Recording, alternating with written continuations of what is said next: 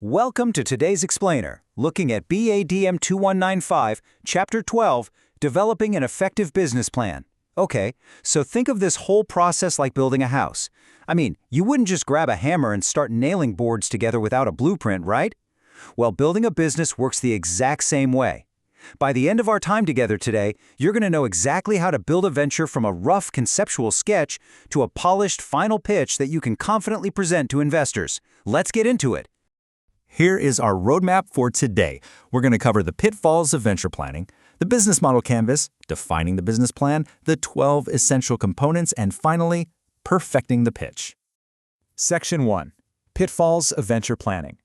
So before we pour the foundation of our business house, we absolutely have to clear the site of any hazards. Recognizing what not to do is really the crucial first step in protecting your big idea. You wouldn't believe how many new ventures are plagued by these 5 major roadblocks. If you launch without realistic goals, or, if you just completely fail to anticipate the inevitable roadblocks ahead, you're setting yourself up for a really quick failure. Investors are also constantly on the lookout for a lack of commitment or a lack of demonstrated business or technical experience. And this last one is huge. Failing to define a specific market niche. You literally cannot sell to everyone. And jumping in without knowing exactly who your customer is, that will sink a venture before it even floats. Section 2. The Business Model Canvas. Now that we know what hazards to avoid, let's start designing. But hold on, we aren't going to draw up the formal 100-page blueprints just yet. We need an initial sketch. Enter the Business Model Canvas. Think of this as a brilliant, low-stakes, structured brainstorming tool. It lets you rapidly define and understand your strategic focus across 9 key building blocks. We're talking about things like your core value proposition, who your customer segments actually are, what channels you'll use to reach them, and of course, your revenue streams and cost structures. Working through this canvas helps you quickly gain a really deep, functional understanding of how your venture will actually create and deliver value, all before you spend countless hours writing any formal documents. It's a total game changer. Section 3. Defining the business plan. All right, once that initial sketch actually makes sense and the numbers seem viable, it's time to transition into drafting the official, formal blueprints that will guide your business. This is your formal business plan. Essentially, it's a written document that details exactly what the proposed venture is, its current status, its expected needs, and its projected results. Ultimately, this document proves to everyone, and I mean yourself, your partners, and your investors, that you have a crystal clear picture of where the venture is headed and the exact path of how it's going to successfully get there. Now, you might be wondering why outside evaluators scrutinize these plans so fiercely. Well, it's because exaggeration is incredibly common in business plans, and reality often looks very, very different from those glossy statements. Take a look at these real-world translations. A founder might confidently state, "We project a 10% margin," when the reality is they just downloaded a financial template from the internet and literally didn't modify a single assumption. Or, they'll claim our business model is proven. But actually, that's only true if you take evidence from their absolute best location over the past week and blindly extrapolate it. Avoiding this kind of exaggeration is absolutely critical for your credibility. So why do we even put ourselves through this rigorous drafting process? Because the benefits are massive for everyone involved. For you, the entrepreneur, the time, effort, and discipline required to create this plan literally forces you to view your venture critically and objectively.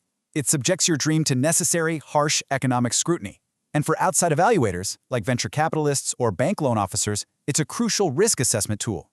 It allows them to assess your managerial ability, to see your contingency plans for critical risks, and to verify that the venture can actually service debt or provide a return on equity. Section 4. The 12 essential components. So, what actually goes into this blueprint? There are 12 essential components. Think of them as the 12 rooms of the house we're building. We're going to walk through them logically so the whole thing doesn't feel overwhelming. Let's start with the first 5, which focus on the concept and the market. Component 1 is the executive summary. This is a crucial, maximum 3-page summary meant to capture the reader's interest right away. Pro tip here, always write this last, after the rest of the plan is completely done. Next up, the venture concept, where you outline your unique value proposition. Then we have the market segment and market strategy components. This is where you identify exactly who your target customers are, the size of the market, and how your sales, pricing, and advertising will beat the competition. Finally, the research and design section covers your prototypes and product design. Moving a bit deeper into the house, we find the operational guts in components 6 through 9. The operations segment details where the business physically runs, your facilities, logistics, and personnel needs. Keep a really close eye here because so many entrepreneurs severely underestimate their operational costs. Then we have the management segment. Investors want to see the resumes of your key personnel and understand your legal structure because, and this is a business truth, a great team can save a mediocre idea, but a bad team will ruin a great one. Finally, the critical risk segment. You want to discuss potential problems, like competitor price cutting or manufacturing delays, before investors point them out, and show that you have solid alternative courses of action ready to go. The final components, 10 through 12, cover the financials and the future.